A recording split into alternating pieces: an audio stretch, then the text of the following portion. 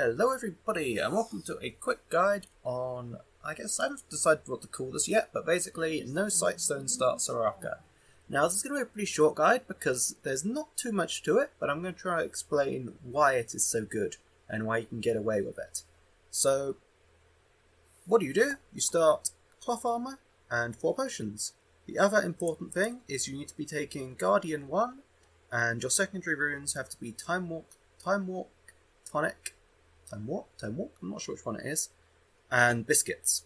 So the idea here is you want to be abusing the early game instant health heal from your biscuits. Now what happens if you have Time Walk Tonic and you use a potion, on the first tick of the potion it will instantly heal half of the potion's value. So in this case 75, which is a huge amount in the early game.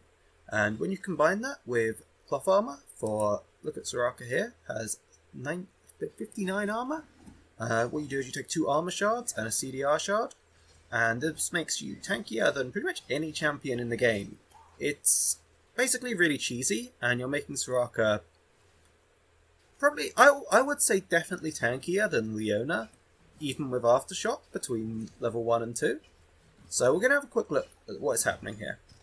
So you can trade super aggressively, so just watch Soraka's health just keep healing back over time. I'm going to keep using the cool-off cooldown.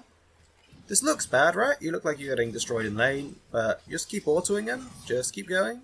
You can take a bit more minion aggro because you have such high armor, and basically just keep going.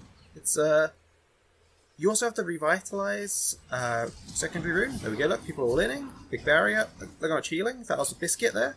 That was a little boost of healing, was from the biscuit.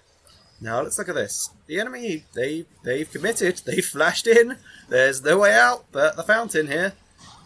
There we go, and they're getting run down here, and this is practically game over for them. Let's watch that again while I explain what's happened there. Let's slow it down a bit and see exactly where, let's look at when the enemies start to commit. This is in a master tier game. All these players are master tier here. So this isn't just a low elo bait. These are players that, in theory, know their damage numbers, and the fact that you're playing Soraka so tanky really throws them off. Like, this Tristana player probably is wondering, why am I not dead, basically. They're used to... They know that how much damage Tristana E explosions do, and they're trying to just blow you up level 1. This is especially good versus very aggressive lanes. The only times I would not do... Well, not the only times. The times you would not do this build is when you're versus poke. This is good versus super heavy fighting teams. Enemy bot lanes. This can be a lot of different types of bot lane, but what do you want... There we go. This is where they decide to wall in, and they importantly don't have Ignite here, which allows me to get a bigger heal, but I would have been fine with the big barrier shield anyway. The important thing is the barrier for the baiting.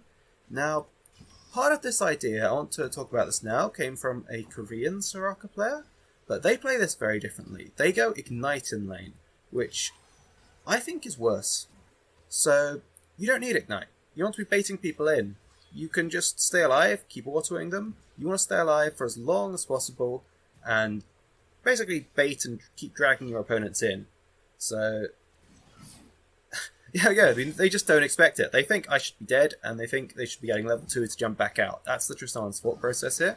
They want to be killing me, hopefully leveling up, then jumping out before Jinx can get a return kill. But, because I am far too tanky, they've just got fucked. So, I will quickly say what other builds you want to do for this, just in case you're trying to play Soraka straight off. You'll be going into Moonstone, and then Redemption. Now the reason Redemption is so good now is because Soraka's ult removes grievous wounds, and you want to time it, you want to use Redemption first, then R, and that means you'll get a massive heal in the late game. It's why Soraka's particularly strong right now, but that's not specific to this strategy exactly. Yeah, now you may be asking, what if it doesn't go well, and what if you are stuck in a lane that's sort of stalemating, and you can't afford your support item? That would be the worst case scenario. For in this case, I've got 2 assists, and I can buy a support item on first base. But sometimes you'll be wanting, you just won't be able to get that. Now, the worst case scenario is you died, which is really, really hard to do. I want to stress that. Losing 2v2 with this build is hard. You basically worst case scenario for it is the enemy recognises it's pretty cheesy and refuses to fight you, which isn't going to be that common in solo queue, unless they're playing a bot lane like I mentioned that isn't looking to scale like Coglulu.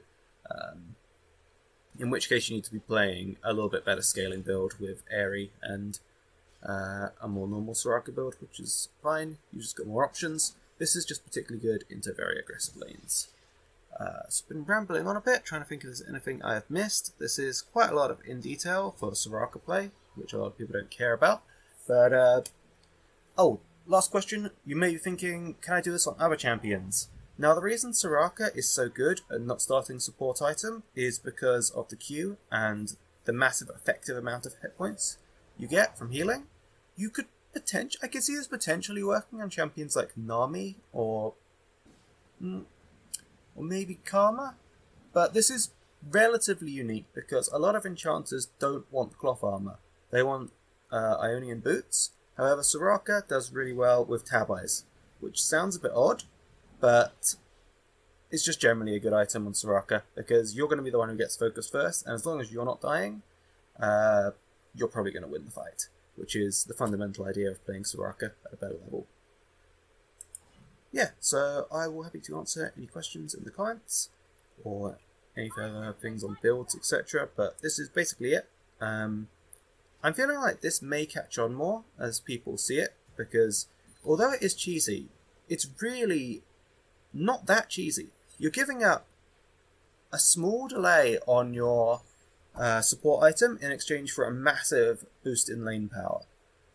And yeah, especially in higher elo, that makes so much difference. You'll see these players are both D1 or Master Tier, and they got completely baited in by this, and basically they just got smashed in the game. Senna mental boomed in this particular game, ran mid and just started griefing because they were mad at the game going this badly, and then it was just a stomp from, Yasuo eventually sold his items and they just opened up. So they were playing a lane that had the snowball. They basically knew they were fucked. Jinx was now fed, Soraka was fed. They didn't have many ways back into this game without all other lanes smashing their opponents, which didn't happen, so they pretty quickly opened. Alright, thanks for watching.